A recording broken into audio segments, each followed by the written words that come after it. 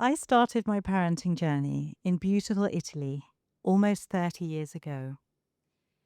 It began unexpectedly with loss. We lost twin babies during pregnancy when we could no longer hear their heartbeat, and I almost lost myself with them.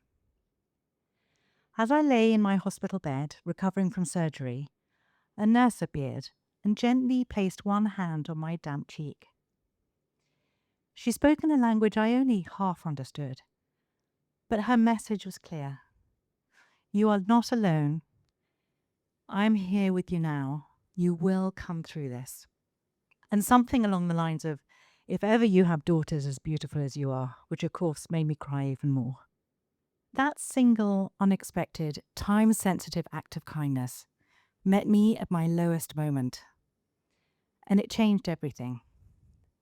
I will forever be grateful for the gift of those words and for that gesture, which transformed my experience, tough as it was. That moment made me realize that parenting isn't just a private family matter. It's the heartbeat of our society. Any single one of us, parent or not, can help parents on the parenting journey. And I'm here to tell you just why that matters, and particularly today. On reflection, it was also that moment in hospital which quietly became the catalyst for me becoming an accidental entrepreneur in the world of new parents. I've since spent 25 years of my career supporting over 12,000 parents as they entered the wonderful, messy, beautiful world of raising a child. I've worked with brands like Burberry, consulting them on fostering understanding between parents and non-parents and why that matters for the whole team. And I've worked closely with international and local charities who support vulnerable families. No matter who they are, no matter who we are, our circumstances may differ, but our fears, hopes, and expectations around becoming a parent are strikingly similar. Becoming a parent is one of the world's most leveling experiences. From what I've learned from my own experiences and those of my clients, is that alongside all of the good stuff, parenting can be tough, lonely, isolating, often surrounded by judgment, and that support and recognition make a greater difference than we realize. But why does this matter so much? You may be thinking, well, I'm not a parent, so it's not my issue. But it matters to all of us. Because when parents are included and supported, they have more time for their children, more energy, more resilience. Those same children who will become your future friends, partners, neighbours, colleagues, and leaders. And because the patterns that play out around the kitchen table are the same ones that shape our relationships, our communities, our neighbourhoods, and our parliaments. Parenting teaches the same skills our world's greatest leaders need: empathy, humility, resilience, adaptability, patience. It's the original leadership training. And when parents lead from a place of support and compassion, their children grow into adults who do the same. And when we give parents roots and wings, their children grow them too. And so the ripple continues. We all know the age-old proverb, said to have its roots in Africa, where I was born, which tells us that it takes a village to raise a child. What if I were to say that it takes a village to raise a parent too, and that together we are all that village? For some, the village begins with a partner or co-parent. For others, it looks different. But however we become a parent, parenting was never meant to be carried alone. I also believe that we don't have to be a mother or a father in the traditional sense of the word to nurture somebody at the right moment. As humans, we all have that capability, whether we're parents or not, to help and support each other. I suspect that we often don't realize just how much we can positively or negatively influence each other. Sticking with the positive, We can so easily make a meaningful impact with just a few words. A smile, an act of kindness. As Jane Goodall once said, you cannot get through a single day without having an impact on the world around you. What you do makes a difference, and you need to decide what kind of difference you want to make. We all leave an imprint in our private lives and in our personal lives and in our working lives. My ask is for inclusion for parents. In a world which glorifies individualism and money, we can so easily overlook the quiet, selfless, relentless work being done by parents in their hearts, in their homes, in their everyday. And if you're in a workplace, especially if you lead one, make room for the whole parent. Because so many of us are still living by an impossible rule. We're expected to work as if we're not parents, and parent as if we don't have jobs. That quiet pressure splits people in two and can turn parents and non-parents into rival tribes. But we're all on the same team.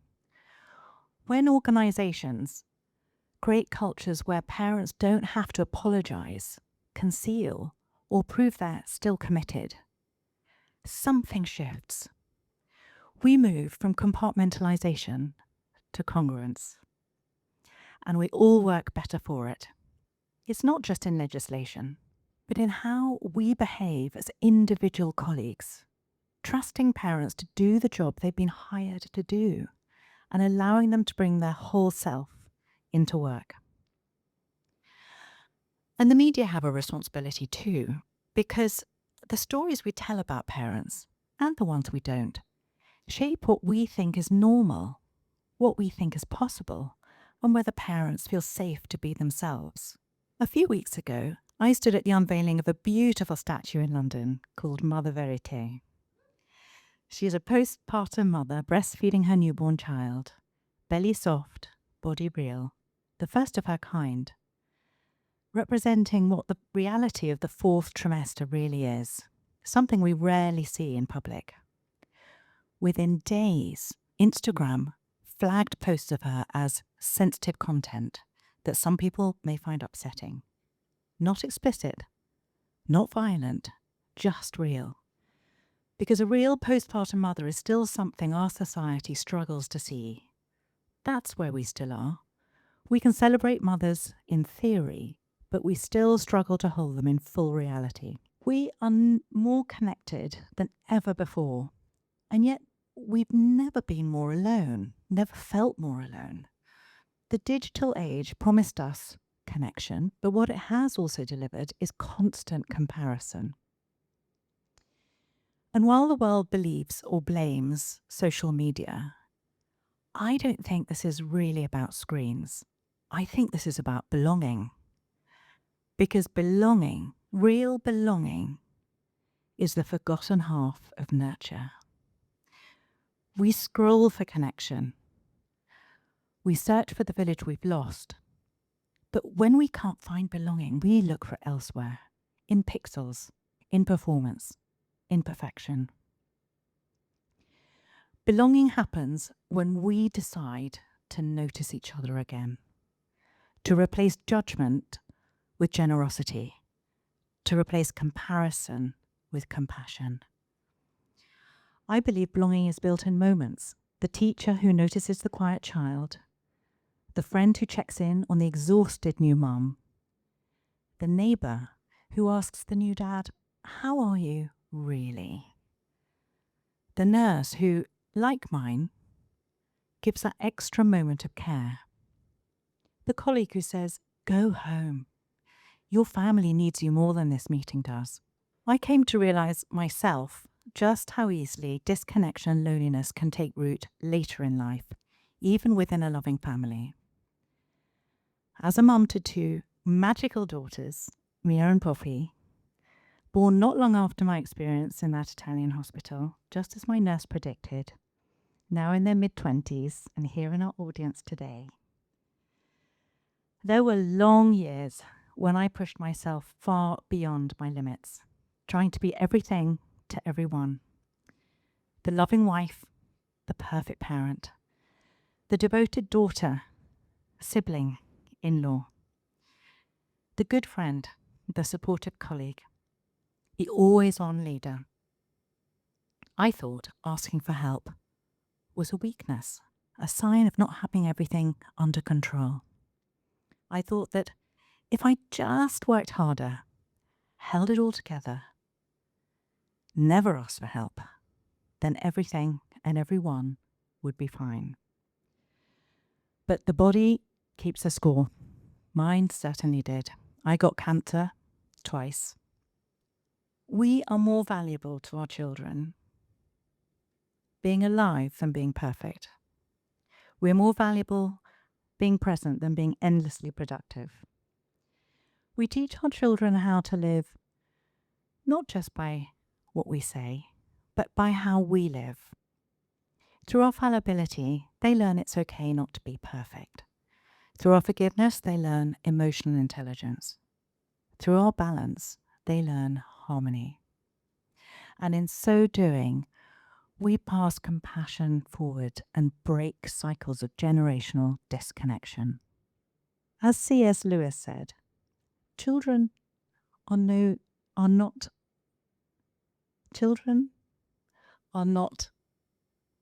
a distraction from more important work.